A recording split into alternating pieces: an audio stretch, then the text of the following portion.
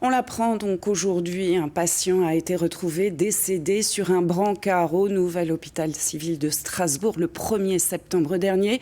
Et ce n'est pas la première fois. Déjà, le 17 mars, un drame similaire était survenu. Illustration du manque criant de moyens régulièrement dénoncé par le syndicat Force ouvrière, sans réaction. David Meneux, Valérie Ruisserie. Des urgences surchargées qui auraient conduit à la mort. 2 drames en moins de 6 mois au nouvel hôpital civil de Strasbourg. Le premier le 17 mars, un sexagénaire atteint d'une pathologie digestive reste bloqué 3 heures dans le sas des urgences faute de place. Une enquête judiciaire est en cours. Le deuxième, âgé de 81 ans, aura passé 22 heures sur un brancard entre le 31 août et le 1er septembre. Il est découvert mort lors du changement d'équipe. Une enquête interne a été décidée. Le syndicat FO réclame l'intervention de l'IGAS, les enquêteurs du ministère de la Santé, pour pointer les responsabilités.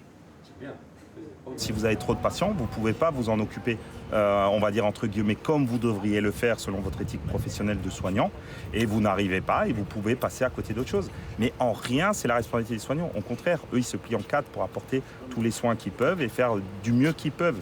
Mais on est loin de l'éthique de départ d'un soignant. Et aujourd'hui, la responsabilité pour nous, elle incombe à l'institution et elle ne répond pas à nos demandes et elle ne répond pas à leur engagement qu'elles ont pris précédemment.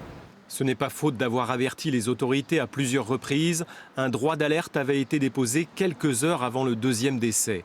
La situation était devenue intenable fin août, 50 patients pour 30 places disponibles. Les urgences manquent de moyens, les arrêts de travail et les démissions se multiplient. Pourtant aujourd'hui, le Covid n'est plus un facteur aggravant.